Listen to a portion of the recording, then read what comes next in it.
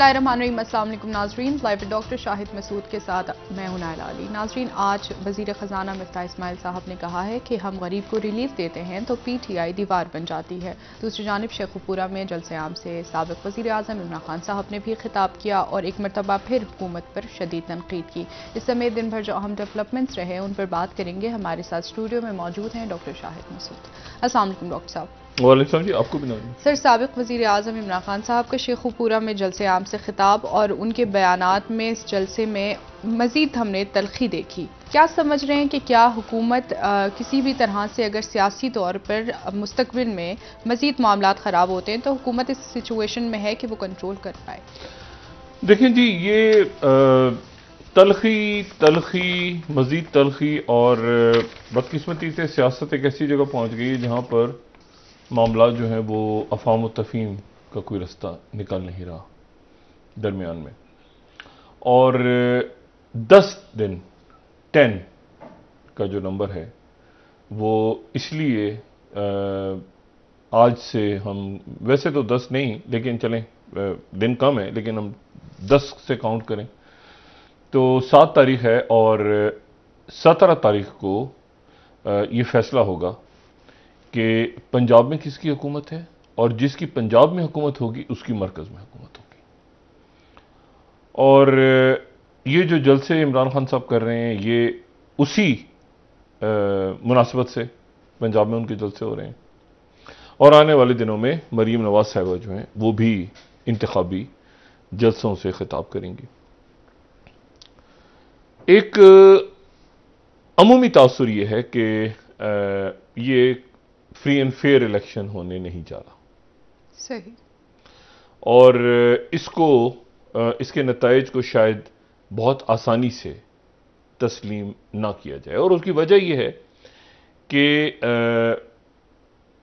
मतलब अभी भी शायद दरमियान में अदालतें कहीं इंटरवीन करें कि जी ट्रांसफ़र पोस्टिंग्स रोकी जाएं, कुछ और मामलात हों, कुछ PTI की तरफ से बात की जाए अदालतों से, कुछ मुस्लिम लीग नून की तरफ से की जाए।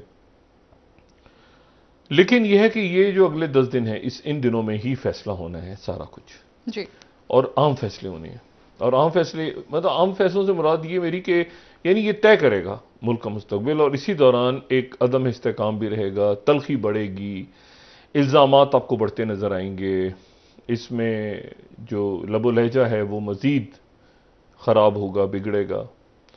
और अल्लाह ना करे कि इसमें कोई सिक्योरिटी क्राइसिस पैदा हो। लेकिन यह है कि ये पंजाब का जो इलेक्शन जिसकी तैयारियां हो रही हैं और वो हो चुके हैं एक्चुअली, ये आखिरी दिन है क्योंकि उससे ज़ाहिर है कुछ दिन पहले वो कैंपेन वगैरह ख़त्म करनी होगी सारी। तो हम बस एक 10 तारीख की यानी 10 दिन के बाद ये तय हो रहा होगा कि हुकूमत मरकज़ में कितनी मुस्तहकम है, कैसी है।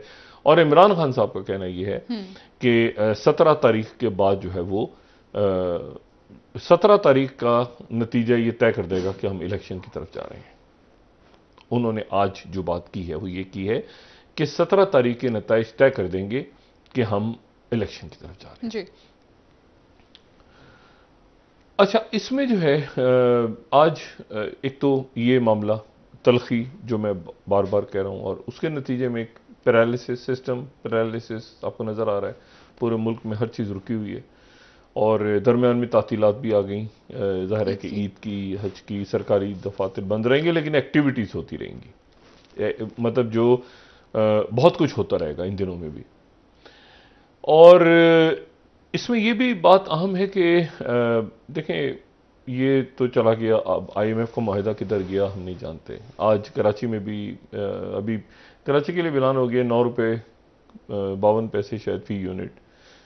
तो बिजली की कीमत वहाँ भी बढ़ गई, यहाँ भी बढ़ गई। डॉलर के बारे में कोई नहीं बताता, कोई बात भी नहीं कर रहा कि कितना ऊपर नीचे। अब ये बात भी बैक बर्नर भी चली गई है कि जी वो IMF के साथ जो मुआहिदा था वो कब तक हमें क्लैरिटी आएगी, क्या उसमें शराइत होंगी। मतलब वो अब खामोशी छा, अब यानी कोई उस पर बात ही नहीं कर रहा जो बुनियादी हमारे इश्यूज थे। पहले ये था कि उस पर रोज़ बात कम से कम मिफ्ताह इस्माइल साहब करते थे या कोई और शख्सियत करते। अब वो खामोशी छा गई है क्योंकि एक जिसे कहने स्टेलमेट सा है। ये जो है ना, इसको मैं लल बिफोर द स्टॉर्म कह रहा हूँ। ये एक तूफान से पहले खामोशी है ना, इस तरह मुल्क चल नहीं सकता, आगे मामला चल नहीं सकते। ये जो खामोशी है ना, ये खामोशी एक ये तूफानों की खबर दे रही है, क्योंकि रियासती अमूर रुक गए हैं, सारे सब रुक गए हैं, सवाए किसी को नहीं समझ में आ रहा कि ये कैसे मईशत को क्या हम ऐलान करें क्या नहीं करें। उसमें जो मैंने आपसे बात ना कि इल्ज़ामात दर इल्ज़ाम उस पर रियासतें नहीं चलती, और ये आने वाले दिनों के अंदर आपको मामला जो है ये अगर इसी तरह से चला तो ये मज़ीद तलखी बढ़ती जाएगी।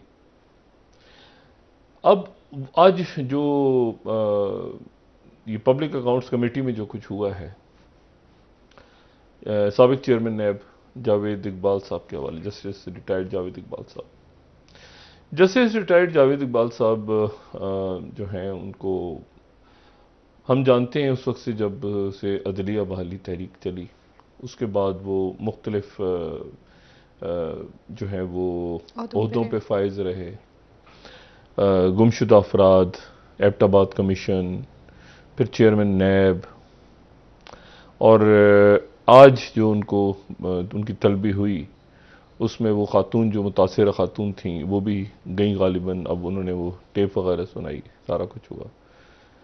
ये जावेद इकबाल साहब जो हैं वो नहीं वहाँ पे पहुँचे। मैं अल्लाह से पनाह मांगता हूँ, ये जो वाक़या है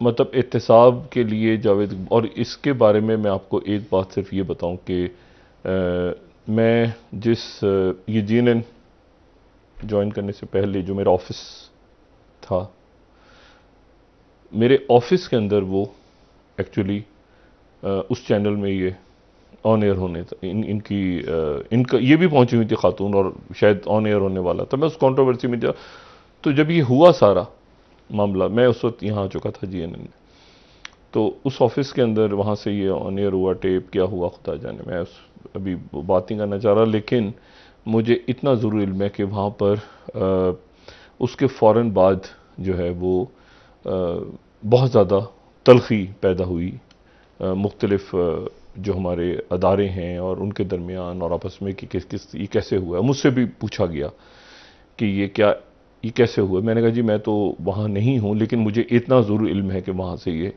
मेरे ऑफिस से ही इत्तेफाक से, क्योंकि वहाँ पे गेस्ट वगैरह बैठे तो खातून को भी वहीं, लेकिन मैं छोड़ चुका हूँ चैनल। मैं सिर्फ ये सोच रहा हूँ कि ये किस कदर बदकिस्मती है कि आप एहतसाब के लिए सबसे बड़े फोरम पे जाएं और वहाँ पर जाने के बाद जो है वो एक ऐसी शख्सियत से आप एक्सपेक्ट करें कि जी वो इंसाफ दिलाएगी या कोई हम, और वो उनकी तरह। ये जावेद इकबाल साहब को इसकी वजाहत करनी चाहिए। जावेद इकबाल साहब को आके पब्लिक अकाउंट्स कमेटी में वो ना भी करें, उनको प्रेस कॉन्फ्रेंस भी ना करें, लेकिन किसी ना किसी अंदाज में ये ऐसे हो, ये एक ऐसा जख्म रहेगा इस सबके दिलों पे रहेगा। उसकी वजह यह है कि क्या हुआ फिर नैब में, क्या हुआ फिर गुमशुदा अफराद के साथ, उनकी फैमिलीज के साथ क्या हुआ, फिर उससे पहले सुप्रीम कोर्ट के जज के तौर पे क्या हुआ, फिर उसके मतलब ये एक ऐसा वाकया है कि जिसको मतलब ऐसा नहीं है कि चेयरमैन नैब चले गए, रिटायर हो गए, दूसरे आ जाएंगे जैसे पहले होता रहा है, नहीं। और या कोई करप्शन केसेस हैं या बन गए लोग, बातें करते रहते हैं, छोड़। ये जो मामला है ना, ये मामला मेरे नज़दीक इतना भयानक और इतना खौफनाक वाकया है कि जावेद इकबाल साहब का इसको क्लियर, वो रहे नैब में या ना रहे नैब में, वो ये इसको क्लियर करके खुदारा जाएं, ताकि हमारे लोग, हमारी रियासत में अवाम का जो एतमाद है कुछ ना कुछ बहाल नहीं तो बर्बाद हो चुका है पहले ही। ये हमारी सुप्रीम कोर्ट के जज रहे हैं, ये गुमशुदा अफराद की फैमिलीज और वो लोग दुहाइयां देते रहे हैं। यानी नैब के केसेस, मुझे बताएं कि ये इसको खुदारा इसको क्लियर करके जाएं इस मामले को। मतलब मैं 10 ब 10 हाथ जोड़ के इनसे कहता हूं कि इसको वजाहत करके जाएं कि ये क्या हुआ, क्योंकि इनकी ये खामोशी और यूं है जी ऐसे वैसे नहीं, ये वाकया हुआ। वो उस दिन वहां पर वो खातून मौजूद थी, और मैं इसलिए कह रहा हूं कि वो मेरा ऑफिस था। तो इसको खुदारा इसको क्लियर करें कि क्या था, ठीक है। यानी वहां से वो मुतासरा खातून का इंटरव्यू भी जाना था स्टेप के बाद। तो ये उन्होंने शायद अपनी बात में बात भी की कि मैं एक टीवी चैनल के, तो मुझे सिर्फ ये है कि इसको क्लियर करें ताकि लोगों के जहन के ऊपर जो इस वक्त एक अजाब है, और वो जब देखें कि जी हमारे इतने बड़े ओहदों पे बैठी शख्सियात ये कर रही हैं तो उसकी वजाहत करें। एक बात तो ये, दूसरी जो बात है वो ये है कि देखें आज ये बहुत ही पिटा हुआ एक तरीका है कि महंगाई को बढ़ाने के लिए मुल्क में शरह सूद बढ़ा दी जाए, यानी 15% कर दी। अब शरह सूद जब बढ़ जाती है तो उसके नतीजे में माशी सरगर्मियां कम हो जाती हैं, ठीक है, क्योंकि उसकी वजह यह है कि मतलब मैं बैंक से, मैंने अगर मिसाल के तौर पे मैंने कारोबार करना है तो मैं बैंक से कर्जा लूंगा तो कर्जे के ऊपर सूद मुझे ज्यादा देना है, ठीक है। मैंने क्रेडिट कार्ड यूज किया तो क्रेडिट कार्ड के ऊपर जो सूद मेरा कट गया वो ज्यादा का सूद कर्जा लेने की कीमत होती है। जब आप कर्जा लेते हैं तो उसकी जो कीमत भुगतता है एक इंसान या एक खानदान या एक कारोबार या एक रियासत, कर्ज की जो कीमत है एक तो उसकी जाहिर है कि खुददारी और दूसरा सूद भुगत। तो आप समझें कि इससे कोई, यानी हुकूमत ने अगर शरह सूद बढ़ा दी तो अब हुकूमत ने जो बैंकों से कर्जा लिया हुआ है तो कोई मुझे नहीं पता ये करोड़ों में या अरबों में अब ज्यादा हुकूमत वापस करेगी बैंकों को जी, ठीक है। और बैंकों के लिए ये ठीक है, बैंकों के लिए फायदेमंद है क्योंकि बैंक, लेकिन उसके नतीजे में मैं आपसे कह रहा मतलब ये अब एक चिकन एंड एग वाला खेल, इसके नतीजे में लंबी बहस हो सकती है कि क्या मतलब बैंक भी फिर लोग नहीं लेते ना, फिर कर्जा नहीं लेते भाई। लोगों को पता है कि लोग कर्जा नहीं लेंगे, मतलब मिसाल के तौर एक कारोबार है, उसने कहा यार बैंक से लोन ले लो, इसकी 4 ब्रांचें और खोल लो कारोबार की, तो वो कहेगा यार वापस करते करते जो है वो पता नहीं उसका कर, तो एक तरह से मईशत स्लो भी हो जाती है।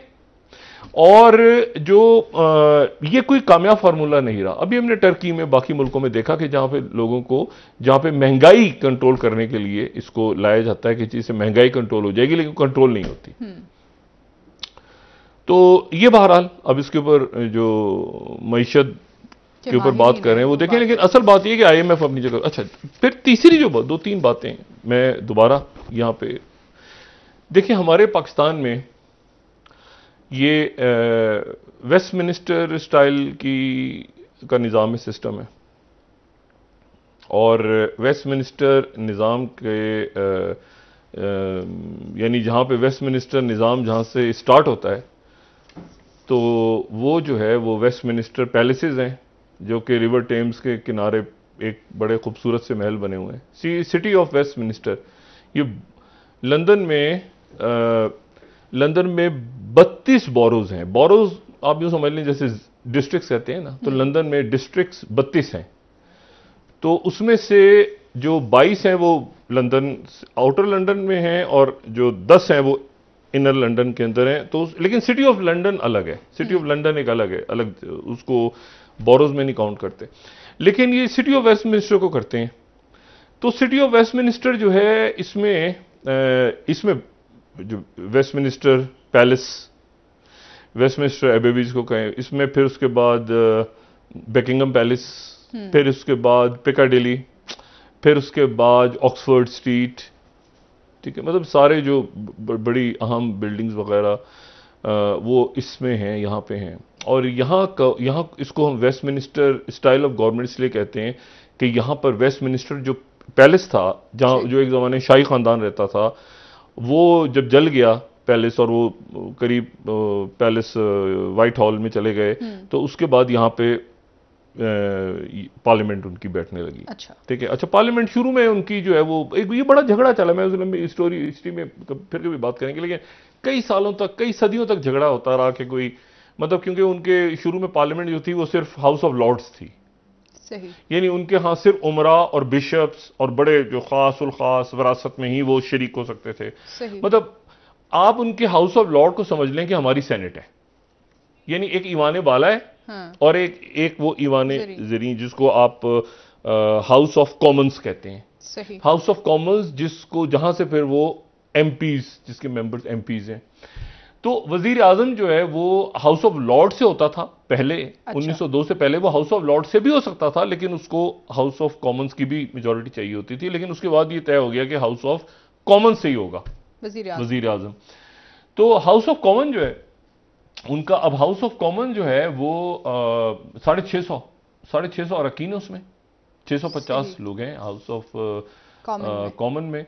और लॉर्ड, अच्छा हाउस ऑफ कॉमन में तो इलेक्ट होते हैं ना, तो लेकिन जो हाउस ऑफ लॉर्ड है उसमें इलेक्ट नहीं हो सकते। अच्छा, तो हाउस ऑफ लॉर्ड में या तो कोई नॉमिनेट करेंगी या विरासत में होगा, या और तरीके, मतलब इलेक्ट, आप एक लॉर्ड नहीं बन सकते। मतलब मैं चाहूँ, मतलब वहां पे इलेक्शन लड़ूं, कुछ करूं, सियासत में जाऊं, तो मैं वहां पर जो है वो हाउस ऑफ कॉमन में तो मैं चला जाऊंगा, लेकिन हाउस ऑफ लॉर्ड में लॉर्ड नहीं। अच्छा, एक जमाने में हमारे यहाँ पे बड़े सखीर में वो जो लॉर्ड होते थे उनको कहते थे लाट साहब। बड़ा लाट साहब बनता फिरदा है, मतलब जो लाट साहब का लफ्ज निकला था वो लाट साहब लॉर्ड था एक्चुअली।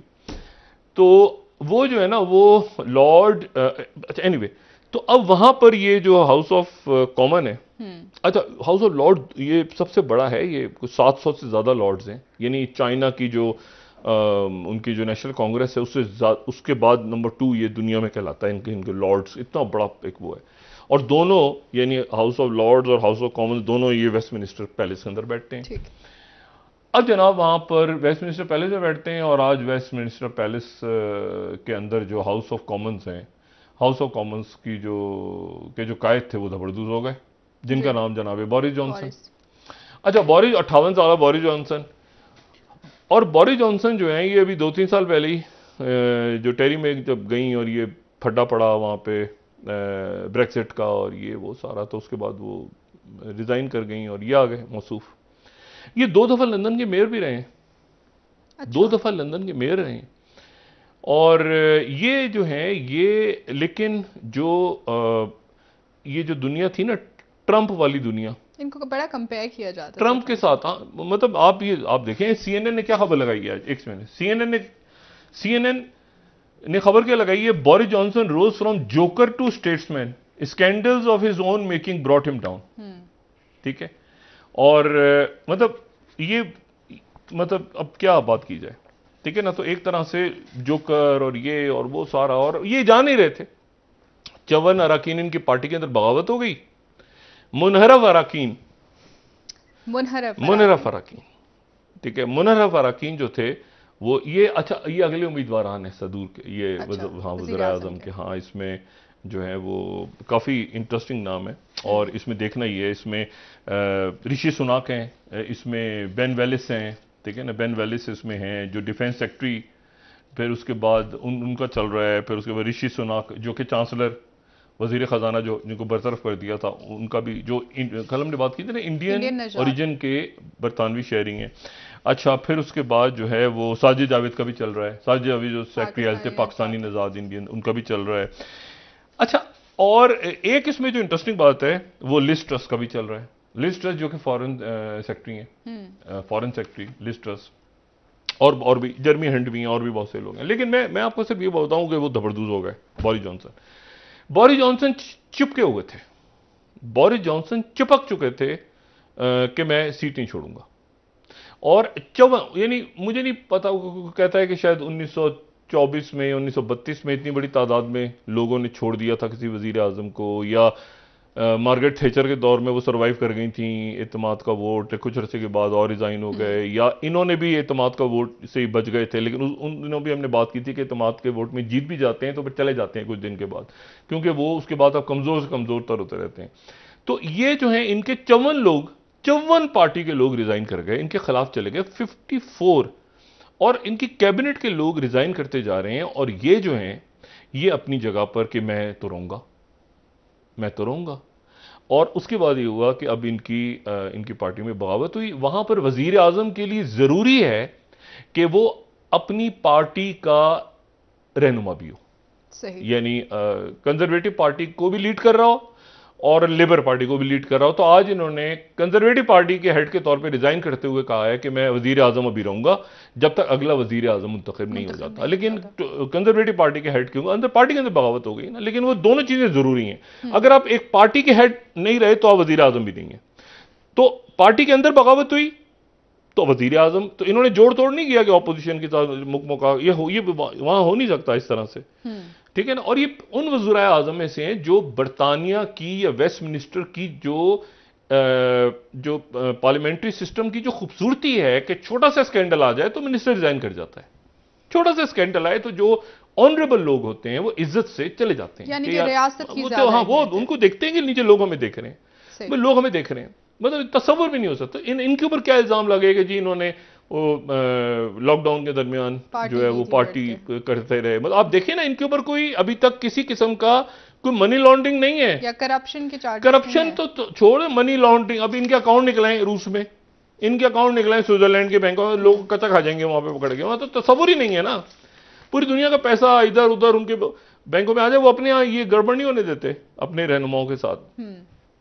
अच्छा अब लेकिन मसला है, अच्छा तो अब ये कि अगले हफ्ते अब अदम इस्तेकाम पैदा हो गया भाई। बोरिस जॉनसन जो हैं, बोरिस जॉनसन के जाने के ऊपर जो सबसे ज्यादा यानी एक तंज आया है वो आया है रशिया की तरफ से, और रशिया ने कहा कि ये ना हमें पसंद करते थे ना हम पसंद करते थे, और जो रशिया है उसको जो रशिया के खिलाफ जाए, उन्होंने वो टिपिकल नारा लगाया है जो रूस से टकराएगा वो पाश पाश हो जाएगा। उन्होंने कहा ये सबसे ज्यादा यूक्रेन कर रहे थे, मौसूफ ने असला भेजा, ये किया वो किया, और बड़ी कोशिश की कि जनाब रूस के खिलाफ बहुत आगे आ गए, लेकिन वो ये चले गए। अच्छा लेकिन पॉलिसीज डॉक्टर नहीं अब मैं बताता हूँ ना क्या अब क्या होने जा रहा है ना। पहले तो अगले हफ्ते ये सारी पार्टी, पहले तो बहुत सारे उम्मीदवार खड़े हो जाएंगे कि हमने बनना है पार्टी का, वजीर आजम बाद में होगा, पहले होगा कि पार्टी का रहनुमा चुना जाएगा, जो पार्टी का रहनुमा चुना जाएगा वो बाद में वजीर आजम बनेगा, उस वक्त तक वजीर आजम वही रहेंगे। तो पार्टी के अंदर ही होगा कि 18 एक आदमी को जरूरत है कि 18 लोग उसको नॉमिनेट करें, 18 कंजर्वेटिव कहें कि पूरे शाहिद ने खड़ा होना है तो डॉक्टर शाहिद फिर खड़ा होगा, फिर उसके बाद वो वोटिंग होती जाएगी करते करते जब 2 तक पहुंचेंगे तो फिर पूरी पार्टी इलेक्ट, पूरी यानी पहले तो एमपीज के अंदर यानी वो इलेक्ट होगा, और फिर जब 2 रह जाएंगे वोटिंग होती रहेगी, जब 2 रह जाएंगे टोटल आमने सामने, तो फिर पूरी पार्टी फैसला करेगी किसको वोट, और वो फिर प्राइम मिनिस्टर हो जाएगा। तो उनके यहाँ बड़ा एक जमहूरी तरीका, और कोई फड्डा, कोई सवाल ही नहीं कि वहां हॉर्स ट्रेडिंग हो जाए, उनको किसी को कहा जाए कि जी आप इधर आ जाएं, अगला टिकट आपको लेबर का दिया जाएगा, ऐसा कोई खेल मुमकिन नहीं है। तो लेकिन यह कि अदम इस्तेकाम पैदा हो गया। अच्छा अदम इस्तेकाम पैदा हुआ, रशिया की तरफ से खुशामदीद किया गया, यूक्रेन परेशान है क्योंकि यूक्रेन के ये बहुत बड़े सपोर्टर थे। लेकिन एक और मसला साथ क्या हुआ है, ये मसले सारे पाकिस्तान इसमें सक इन हो जाएगा कुछ दिनों में, आप देखिएगा। मैं जो बार बार बात कह रहा हूं ना कि इर्द गिर्द के वाकयात आपके ऊपर असर हो चुका है ऑलरेडी, ये आपके जो फाइनेंस के मसले, आईएमएफ के मसले, बाकी सारे इश्यूज, हम कुछ फैसलों में हम लेट हो गए हैं बतौर एक रियासत। ये मैं बिल्कुल आपको क्लैरिटी के साथ बता रहा हूं, हम लेट हो गए। हमें कुछ चीजें बहुत पहले करनी चाहिए थी तैयारी, लेकिन हम उसमें लेट हो चुके हैं, और अभी हम और शायद लेट होते हैं या क्या करते हैं मैं नहीं जानता। लेकिन मैं आपको सिर्फ ये बताऊं कि वहां पे जो लिस्टर्स हैं, लिस्टर्स अचानक एक जगह पे थी, उन्होंने वहां से जहाज में बैठी और वापस दौड़ गई, उन्होंने जल्दी से, क्योंकि लिस्टर्स भी उम्मीदवार है ना, फॉरेन सेक्रेटरी वो भी उम्मीदवार है। वो कहां पे थी, वो थी बाली में। अच्छा। वो बाली में क्यों थी, इंडोनेशिया में, कि वहां पर G20 का जो नवंबर में इजलास होना है, उनके वुज़राए खारजा की मीटिंग्स थी वहां पे। सही। और वहां जो सबसे इंपॉर्टेंट, अच्छा वहां कौन कौन पहुंचा हुआ है, चाइना के वजीर खारजा, अभी रहनुमाओं ने आना है नवंबर में, ये नवंबर में देखते हैं कि शी जिनपिंग आते हैं, पुतिन आते हैं, बाइडेन आते हैं, लेकिन अभी वज़ीर खारजा हैं, तो 2 की तो मुलाकात हो गई।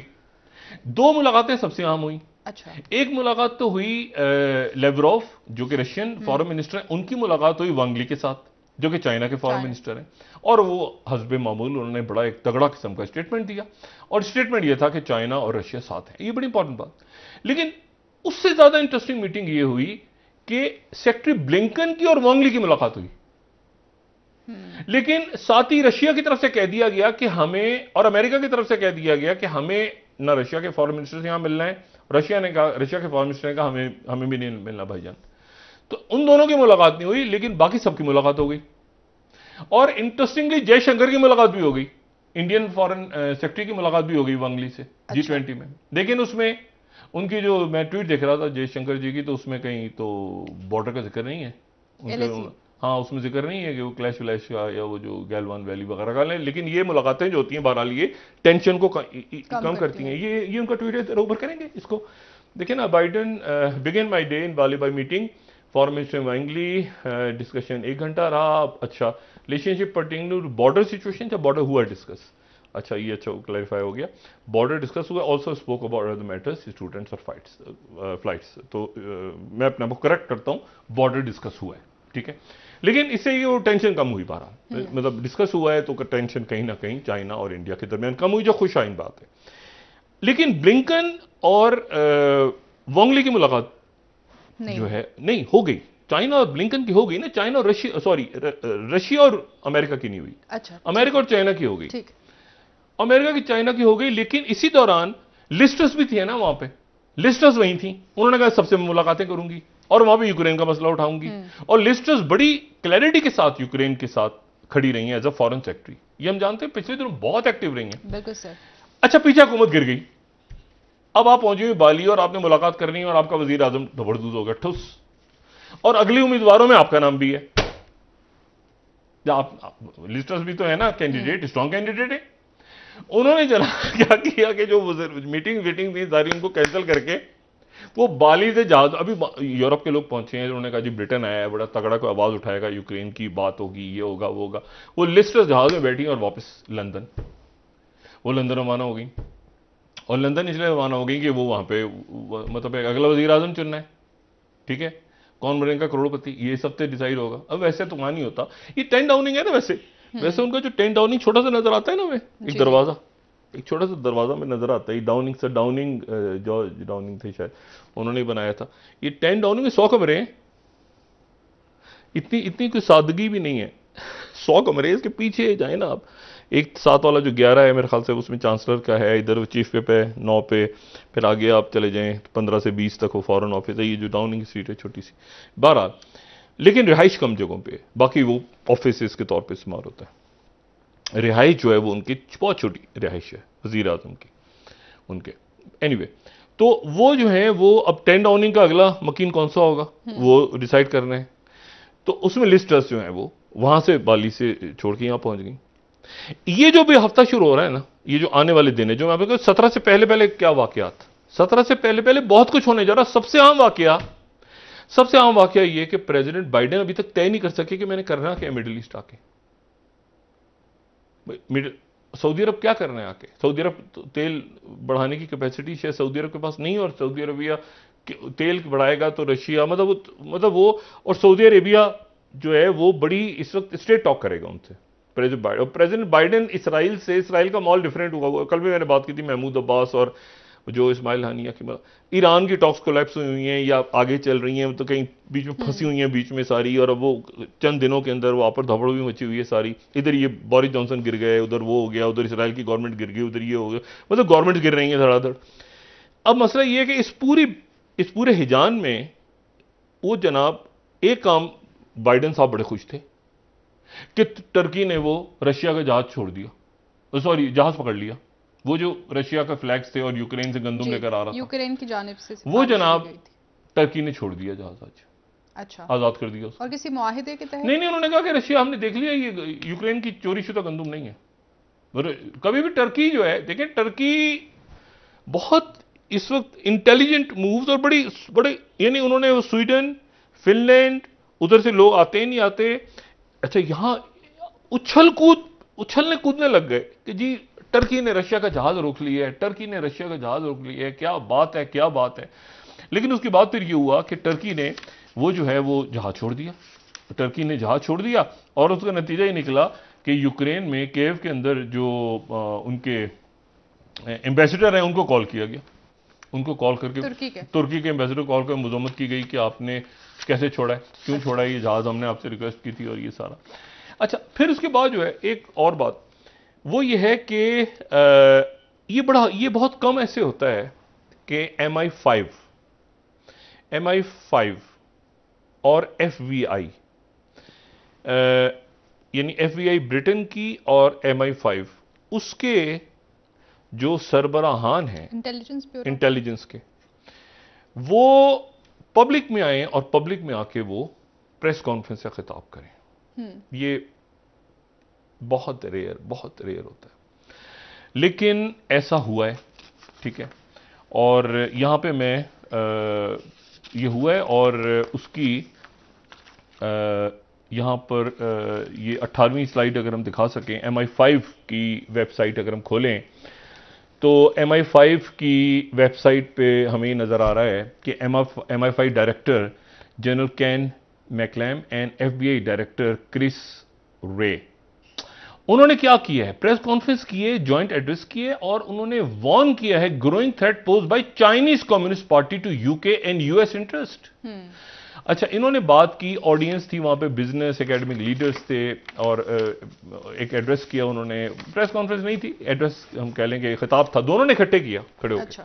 अच्छा, लेकिन इशू जो है वो ये है, जॉइंट एड्रेस, अच्छा इशू ये है कि ऐसा हुआ कम है, ऐसा कम हुआ है कि दोनों MI5 और FBI के सरबराहान ने पॉलिसी शिफ्ट की है और उन्होंने कहा चाइना, अमेरिका और ब्रिटेन के लिए थ्रेट है। अच्छा, चाइना ने बड़ा सख्त रिएक्ट किया इस पर कि उनकी दो मुल्कों की इंटेलिजेंस सर्विसेज के सरबराहान जो हैं वो बिजनेस लीडर्स के सामने या बाकी लोगों के सामने आके हमारे और इंटेलिजेंस सर्विसेज हैं, मतलब उनके फॉरेन मिनिस्टर्स हों, कोई और लोग, इंटेलिजेंस सर्विसेज के लोग, वो तो उनकी तरफ से रिएक्शन आया बहुत स्ट्रांग, वो आना ही था चाइना की तरफ से। लेकिन चाइना को कितना आइसोलेशन में चाइना गया है ये एक सवाल है।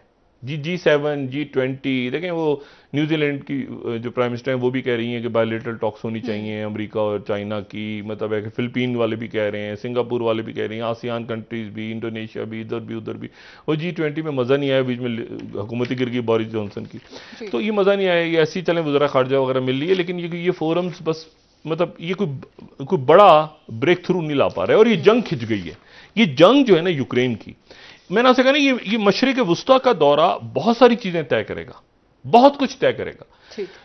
तमाम दुनिया की तरफ से, रियासत पाकिस्तान से, अब रियासत से एक लोग ये देख रहे हैं कि ये इतने इंपॉर्टेंट तारीख का धारा है, तो इस वक्त पाकिस्तान के अंदर बतौर पाकिस्तानी हम फैसले क्यों नहीं कर पा रहे, अहम फैसले, मतलब चाइना के साथ, रशिया के साथ, अमेरिका के साथ, यूरोपीय यूनियन के साथ, मिडिल ईस्ट के साथ, उस मिडिल ईस्ट में आप इंक्लूड करें ईरान को भी इंक्लूड करें, टर्की के साथ, अच्छा अफगानिस्तान को निकाल दिया, ये तो मुझे पता ही नहीं था, आज बड़ा जबरदस्त ऐलान किया है जनाब। ये देखें क्या मजेदार ऐलान किया आज प्रेसिडेंट बाइडेन ने एक मजेदार ऐलान किया है। US डिपार्टमेंट ऑफ स्टेट की वेबसाइट अगर देखें तो उन्होंने ये नॉन नेटो अलाई का जो स्टेटस है, ये नॉन नेटो अलाइज का जो आज मैंने वेबसाइट खोली तो पाकिस्तान का नाम है इसमें, Australia, Argentine, Pakistan, Philippine, Qatar, Korea, ये सारे नॉन नेटो अलाइज हैं। लेकिन जो बाइडेन ने कहा है कि अफगानिस्तान को हम निकाल रहे हैं, ठीक है, CNN की, हाँ, अफगानिस्तान को हम नॉन नेटो निकाल रहे हैं, और वो आगे से तालिबान ने कहा कि जाओ कंसर्न्स क्या है, निकालने उन्होंने कहा तालिबान की हुकूमत आ गई, नॉन नेटो अलाइक ऐसा हो सकता, आज निकालने का उन्होंने ऐलान किया है, निकालने का ऐलान आज किया है। और ये अगर हम तो उन्होंने आगे से तालिबान ने कहा कि भाई तालिबान, अच्छा इतने दिन तक वो नॉन नेटो अलाई था, ठीक है सर, ये अजीब सी बात है कि अमेरिका भूल गया था कि अफगानिस्तान का नाम निकाले, आज निकाले, सही हो गया सर। ब्रेक ले लेते हैं, वापस साल होने को तालिबान को आए हुए, जी 1 साल होने को आ गए, बिल्कुल ठीक कह रहे हैं नाज़रीन। एक ब्रेक हमारे साथ रही।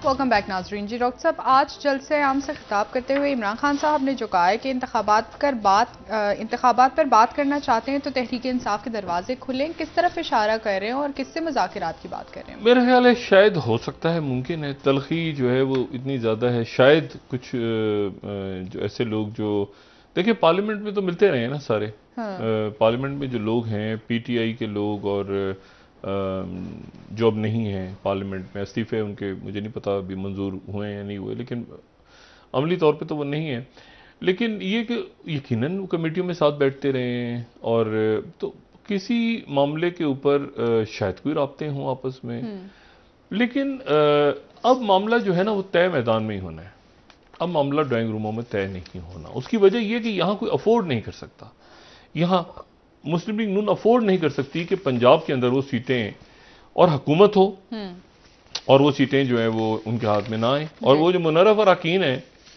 वो जिनको दोबारा सीटें टिकट मिले हैं वो जाएं, मतलब वो फिर अजीब सा हो गया ना, मसला ये हो गया कि कमिटमेंट्स हुई हैं लोगों के साथ कि जी आपको नून का टिकट देना है, और नून का टिकट जो है उस वक्त वो उसका मार्केट में जो स्टॉक मार्केट में भाव था वो अरूज पे था, अब क्या है भाव, इस सूरत हाल में वो चेक कर रहे हैं।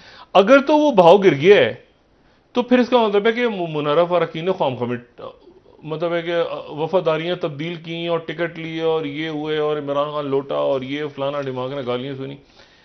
और अगर इमरान खान साहब जो हैं इस वक्त वो कोई सीट हार जाते हैं अपनी जीती हुई, तो वो ये कहेंगे कि ये मेरी सीट मेरे हाथ से निकल गई और यहां तो गड़बड़ हुई है, यहां तो ये हुआ है, इलेक्शन कमीशन बाकी। तो ये डू और डाई है पंजाब का इलेक्शन। और इसमें अब आप देखेंगे, देखिए मुल्क में ये लोग आते हैं, कुछ लोग ऐसे हैं जो मुल्कों को बहुत अच्छी जगह छोड़ के चले जाते हैं।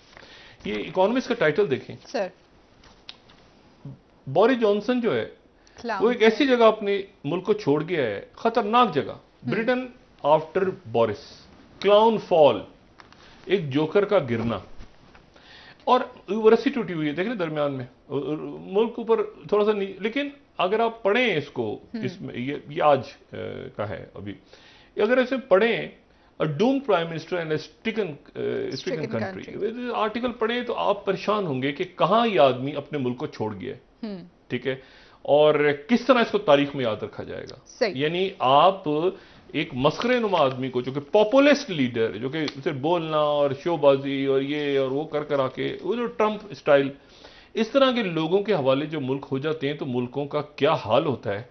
तो उसमें से ये ट्रंप लेगेसी में से एक पॉपुलिस्ट लीडर जो है वो उसका और खात्मा हुआ सर, और वो जो है वो मौजूद बोरिस जॉनसन थे।